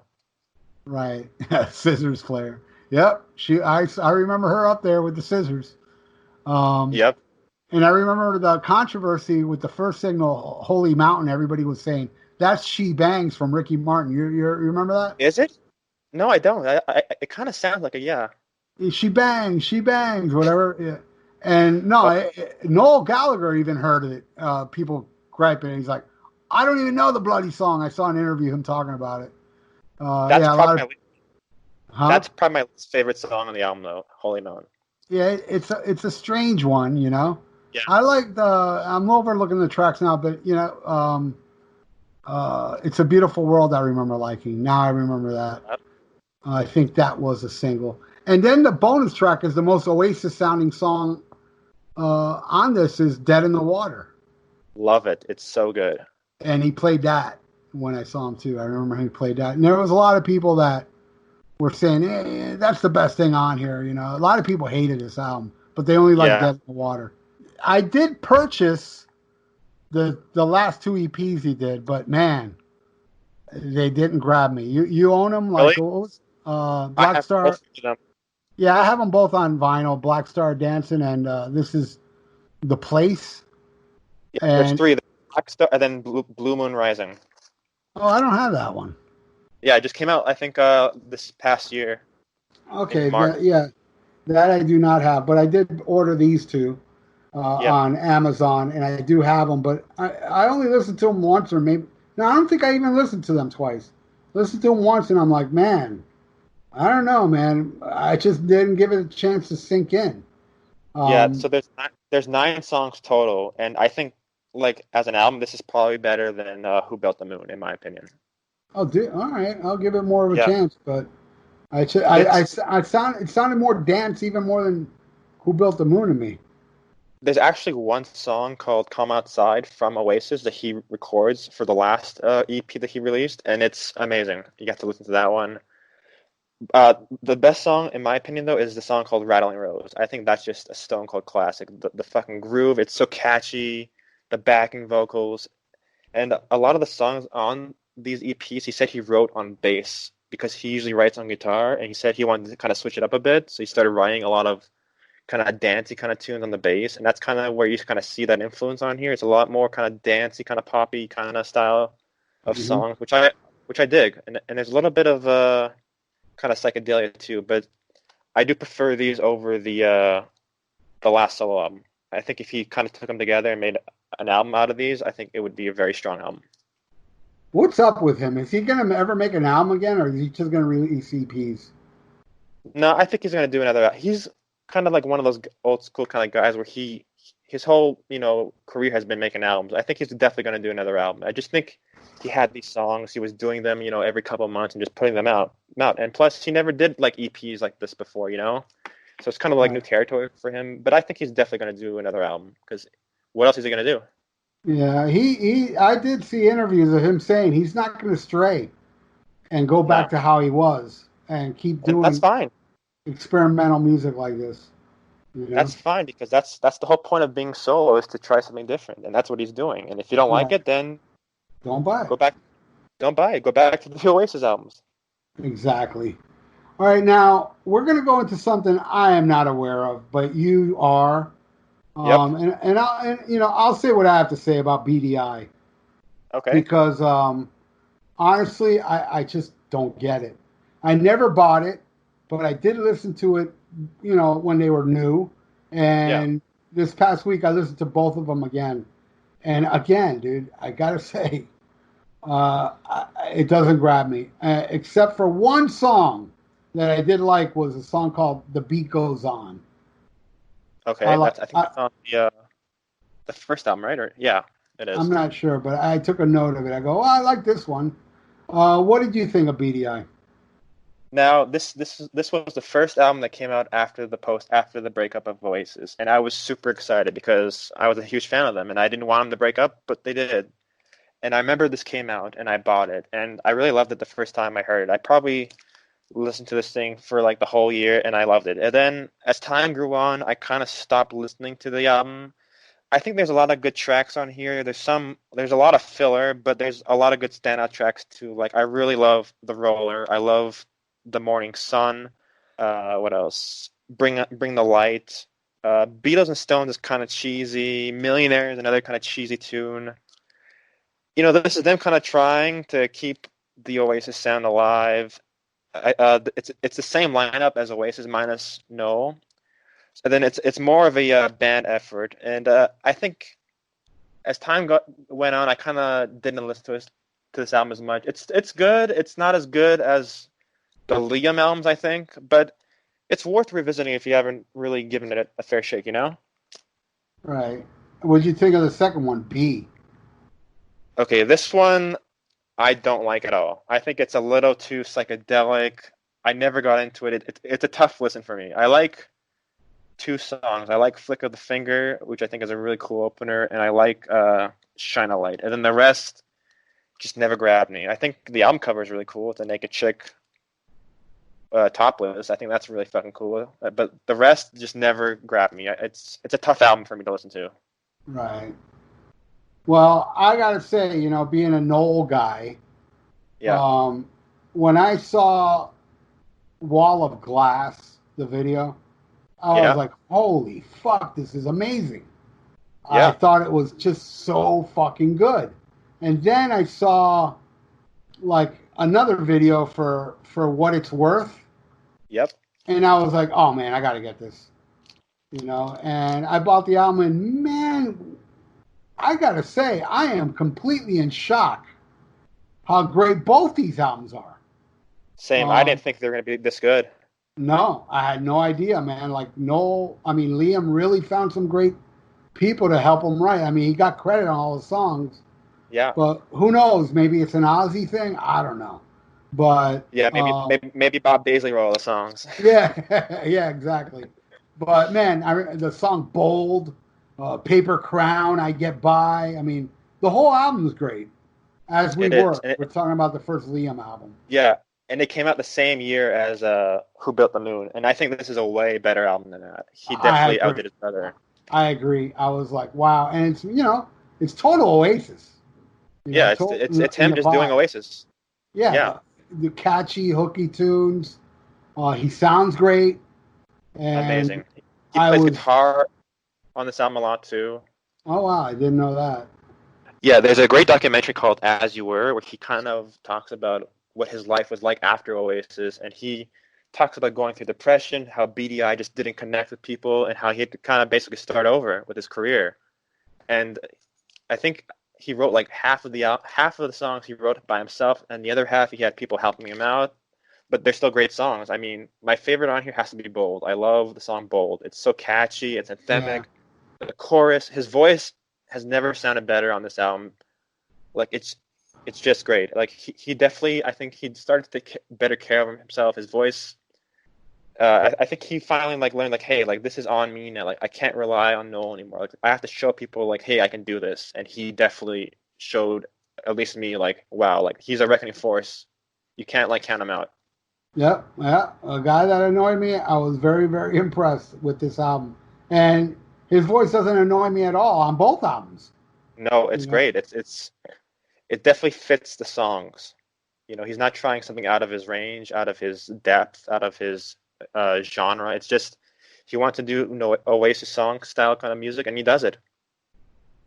Does it so well. But I'll tell you this, and it's I don't know, man. And I listen to these albums a lot. But I have a very, very difficult time picking which one I like more. Because I think I like the second one more. Why me not? Why not? My God, One of Us is. I think that song's about Noel, isn't it? Yeah, that's the rumor that it's about Noel, and I can kind of see that because he definitely wants Oasis to be back together. I don't think he likes being solo. I don't think he likes playing to small crowds. He definitely misses the crowds, the audience, playing in stadiums. Like if you play in a stadium and you went from that to playing, a theater or a club, it's probably like really it's probably like a shitty feeling, right? No, of course, I'm sure of it.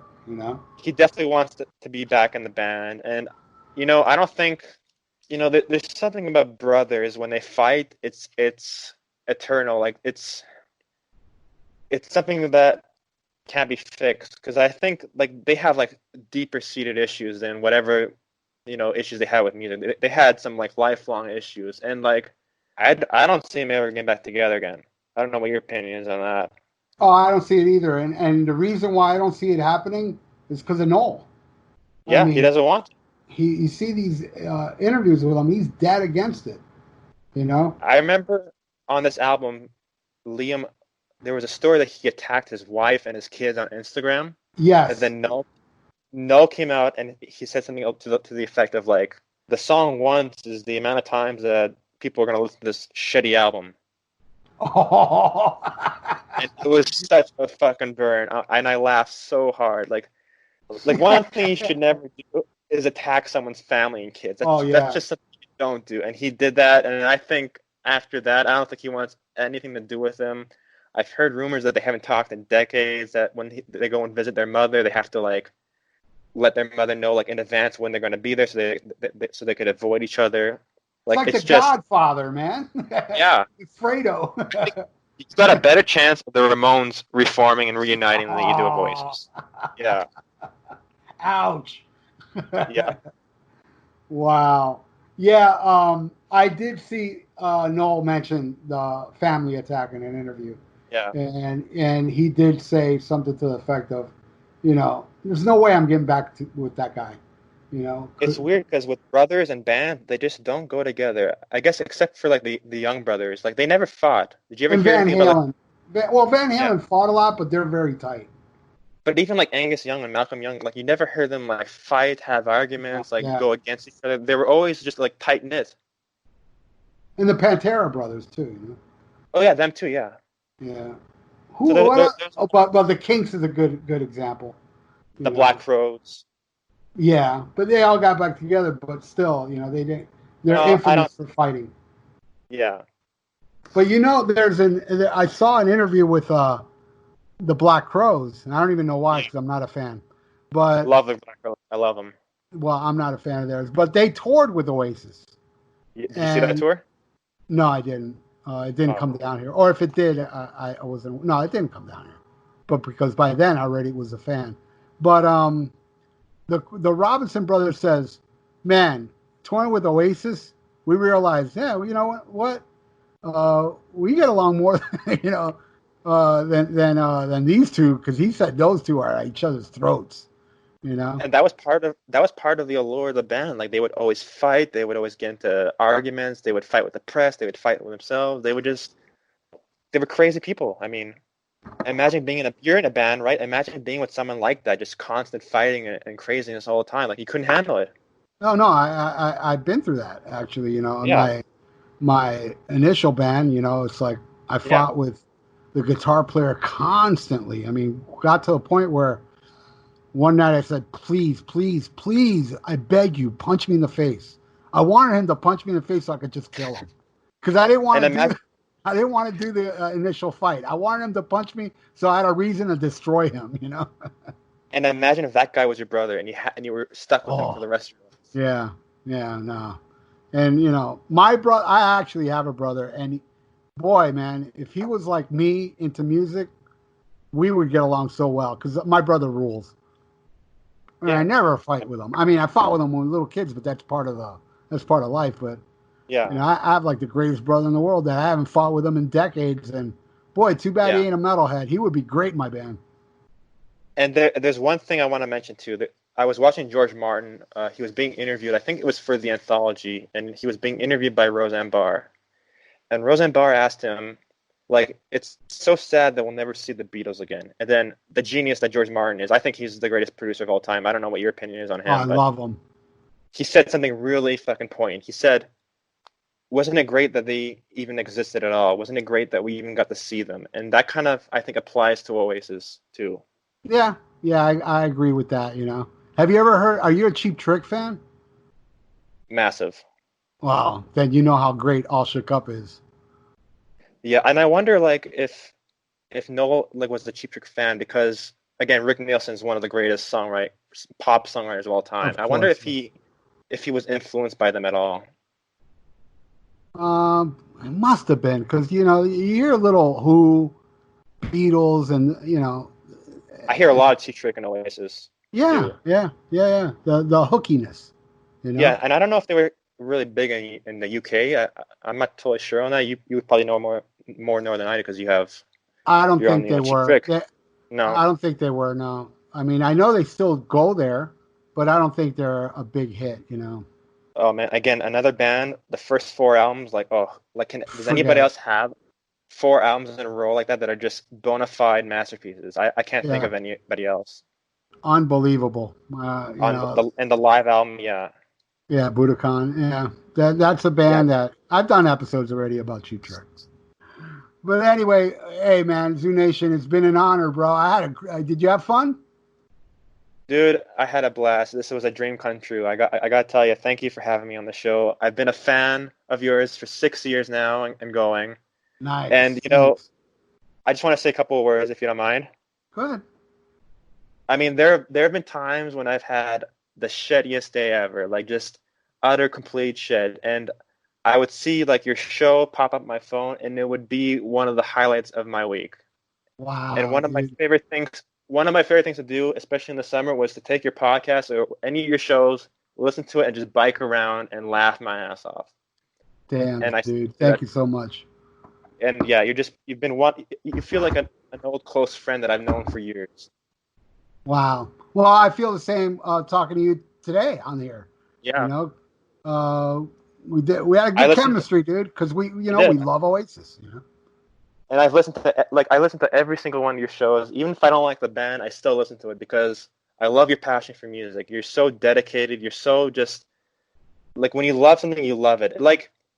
For a moment, you had me listening to REO Speedwagon. I was like, am I missing something here? This guy is talking about REO Speedwagon, the guys from High Fidelity. Am I missing something? I go back and I listen to some of the albums, and they're pretty good.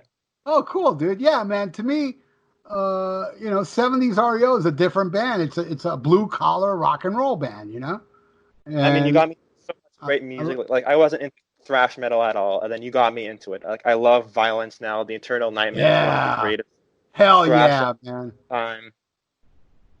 And I just have to thank you for all the great music you've exposed me to, because people of my generation don't really like to go back. Like, I don't like Drake. I don't like a lot of the new stuff nowadays. So I like to go back and like listen to what people, it's history. You have to go back and appreciate what came before to appreciate what's out now. And I do that all the time. And there's a lot of great stuff that people have to get into.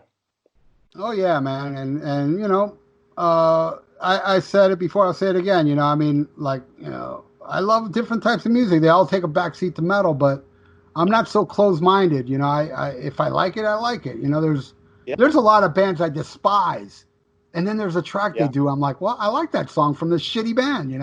It happens. One of my favorite bands is U2, and I know you hate U2, and that's Oh cool. yeah, can't stand them. And that's cool, man.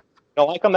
I still enjoy them. Even if you don't like them, I'm still gonna enjoy the music. And I Exactly. think That's people, my point. yeah, people Who have a gives problem. a Like, fuck what I think? right, Enjoy what you like. You know. exactly, And and and that's I've said you. I've said before, it's like, dude, I don't like you too, but they fill stadiums. Obviously, I'm missing out. You Yeah, know. I don't like Slayer, but you know what? If you like them, then you like them. That's good for you. Exactly. Yeah. Yeah. Exactly. That's But a lot of people get offended and pissed, and Yeah, I don't, because you know what? I like them, and that's all there is to it. that's it. Who gives a fuck what I think? It's like, enjoy what you. I never, like, on my shows, like, judge anybody. I've No, said I don't on either. many occasions, I may hate bands, but I don't hate their fans. You So know. Kiss fans. Well, that's Kiss tards. There's a section of Kiss fans that are awesome, Yeah, but then there's the yeah. ones that, man, it's like, what are you talking about? Read My Body's awesome, and shit Oh, like Vince that. It's like, Vincent. Oh. Yeah, oh, Vinnie Vincent, that's another one. Yeah, and yeah, I gotta like Invasion because he was in Kiss. Oh my God, you know. that guy is so overrated. Oh my God, don't even get Yeah, me started on him. yeah, no, fuck him. I love them in Kiss. That's it. I don't like Yeah, anything well, else. You didn't even like him in Kiss, huh? I mean, he's okay. I don't think he's as good as people tout him to be. Like, he's a good songwriter, but his guitar skills are just, I don't know. He doesn't even hold a candle to Ace Frehley. Yeah, no, of course. Nobody in Kiss did, because I think Ace Frehley, oh, Ace Frehley this and that because he's not technically great. Yeah, but you know what? Fuck technical. It's He's the the sound of solos. Kiss. And the solos were songs within songs. It's like, you Right. can be, Ingvar's, but write a solo like "Shock Me" or You can't making love. "Strange Ways," "Making Love." Making Great love. example. Yeah. It's like, come on, and the guy was phenomenal for what he did in Kiss. But, well, And since still he is. could shred, yeah, And I still love Ace is. still. Yeah, I still love it. So, Ace same is my here. guy, man. Ace is my Same guy. here. He was always my favorite. And people are like, well, Ace was a drunk. And I'm like, and did drugs. I was like, yeah, what the fuck? That's rock and roll, man. I I gotta tell did. you, I listened to you on Three Sides of the Coin. I never listened to those guys because I'm not really a huge fan of their show. Like, I'm sure they're nice guys, but their show is so boring. I'm sorry, I just can't listen to Right. 2 hours of them bickering. But I'm sure they're nice guys and all. They sound like really cool guys. But I listened to you on the show, and you just totally like obliterated everything. And you have a talent for this. Yeah, like I told you before we started this show, I said, dude, I Yeah, wing everything. I don't plan nothing. Uh, story of my life. and this in the same way, when I play shows, I don't know what Yeah, I'm going to say up on stage. I go with the moment. There's times spontaneity. I bust out I'm in a thrash metal band. In between songs, I start singing a Boy George song because Why it not? just That's it cool. comes to me right at the moment, Yeah. And the band is like, "What the fuck are you doing?" It's like, dude, it's all vibe. There was Do you one. Go ahead. do you call out set list, or do you have them like written down, or you just call out songs like when you're on stage? No, no. Well, yes, we don't have a set list, but we have what songs we're gonna play. Okay. But we have written down set lists on many shows, but Yeah. there's some shows, we just go up there and wing it. But they're rehearsed songs. It's not like we'll pull out a song we haven't played forever because we haven't practiced it. Yeah. Oh man, those Thrash or Die albums are great. People have to get into those. Thank you, man. Thank you so much. I appreciate that, and I it's love. it's really fun to come see us live. We always have a. Hopefully, one day we'll play Canada, man. If I ever like I've been to Florida once. It's a beautiful place. Like it gets a bad rap, but it's a really nice place. I've been to Miami Beach. It's beautiful. I wouldn't And if live I ever anywhere come else. if I ever come down, I'm definitely seeing one of your shows. Oh, definitely. When you ever, if we're not playing a show, we'll definitely have to hang out. Oh, we should. I'm gonna buy you a beer, man. If you drink at all, No, I don't drink no more, but I'll I'll buy a have a club water. soda. I'll have a water with you. All right. But dude, again, thank you so much, and thank you for the kind words, man. That was really nice of you. Oh, I appreciate it, man. You're definitely you're definitely my favorite podcaster of all time. Thank you, man. I really appreciate that, and I appreciate everybody, that gets into what I do. I'm just a fucking Especially, bonehead from the beach. especially nowadays. I mean, this has been such a shitty year, and like your show has really just kind of just brightened up my day. Thanks, dude. And I have a lot more time to do shows now. Good. I retired. I retired from the city right at the perfect time. Oh, you did? You got lucky. Yeah, it's like, my first pension check was March 1st. Yeah. And when did the pandemic hit? Like later in March? Like the fifth, like here it was like the 16th. Yeah, it was something like that here, like mid or late March. And I was like, hey, and here I work for the city. So no matter what, you better go into work. Like hurricanes, whatever. You need to go to work. It's been a shitty year, but I got to tell you, these last few podcasts have really just kind of brightened up my day. So thanks for that. You're very welcome. And hopefully the ones coming up are going to do the same for you. I think they're just as good. So hopefully you will. I'm sure they will. All right, brother. Thank you so much for your time. And schmack 'em a gob, dude. Take care. Hell yeah. Zoonation. Guy rules, man. Love talking Oasis with that guy. Hope you all enjoyed it. And I hope you enjoy what I'm about to play for you. But first, you got to follow me into my vault.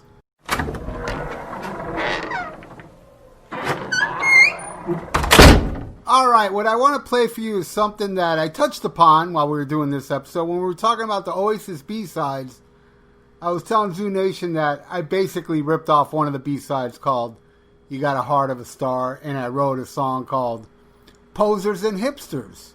So here's me with my guitar, and I filmed this with my video camera, so the audio is not perfect, but you can more than make it out. And you can see me perform it live. What you're about to hear on YouTube, you just type in Dr. Fuck Posers and Hipsters, and you see me play this. I hope you enjoy it. Here we go.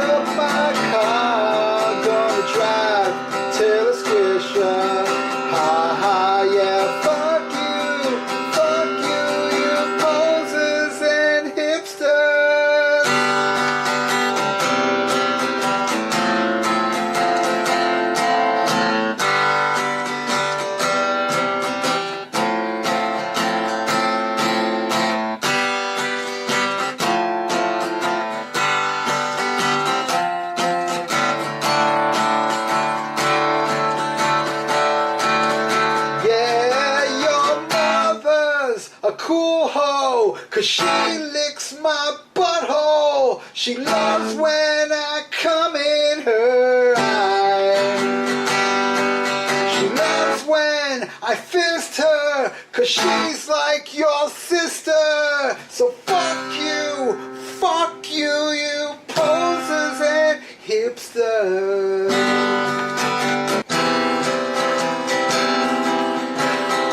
Your mom's been round the block.